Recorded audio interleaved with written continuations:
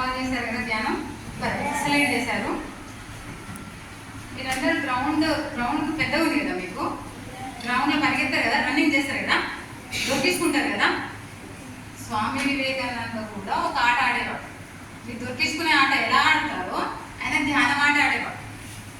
అందుకే ఆయన అన్ని మిరాకిల్స్ సృష్టించి ప్రపంచంలోనే ఇంటర్నేషనల్ లెవెల్లో ఒక భారతదేశాన్ని ఉత్తమంగా అత్యున్నతంగా నిలబెట్టడం జరిగింది.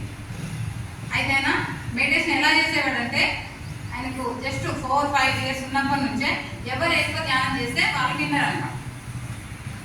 ఏం చెప్పాడు? ఎవరు ఎక్కువ ధ్యానం చేస్తే వాళ్ళు విన్నారనమాట. ఆ విధంగా ఆయన మెడిటేషన్ ఫాలో అయ్యేవాడు. చిన్నప్పటి నుంచి మెడిటేషన్ చేసేవాడు. Inner journey, meditation nothing but inner journey అనమాట.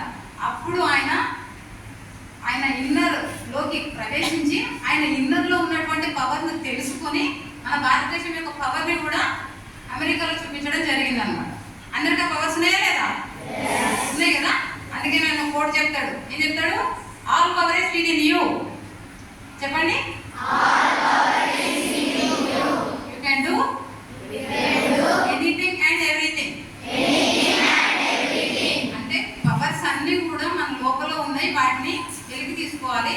ఏదైనా మనం సాధించగలుగుతాము, ఏ పనైనా మనం చేయగలుగుతాము అని చెప్పి ఆయన ప్రపంచానికి చాటి చెప్పడం జరిగింది అనమాట.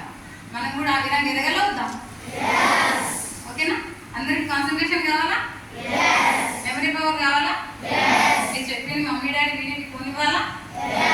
ఇవన్నీ జరగాలంటే మెడిటేషన్ చేసినప్పుడు మీ కామన్ సెన్స్ పెరిగి కాన్సన్ట్రేషన్ పెరుగుతుంది, మెమరీ పవర్ పెరుగుతుంది. పేరెంట్స్ని ఏమి అడగాలో ఏమి అడగకూడదో కూడా మీకు తెలుస్తుంది అనమాట. ఇవన్నీ మెడిటేషన్ వల్ల సాధ్యమవుతుంది అనమాట. ఇప్పుడు మాకు అందరికి లేట్గా తెలిసింది ధ్యానం, మీకు చిన్నప్పుడే తెలిసింది. కాబట్టి మీరు మంచి మిరాకిల్స్ సార్ చెప్పినట్టుగా ఏదైనా కావచ్చు. స్వామి వివేకానంద కొటేషన్ ఒకటి గుర్తుపెట్టుకొని నేతల దగ్గర రాసి పెట్టుకొని మీ పవర్స్ అన్ని మీరు వెలికి తీసుకోగలుగుతారు. మీరందరూ కూడా ఐఏఎస్లో, ఐపీఎస్లో, పొలిటికల్గా ఏదైనా సాధించగలుగుతారు. ఓకేనా? Wish you all the best.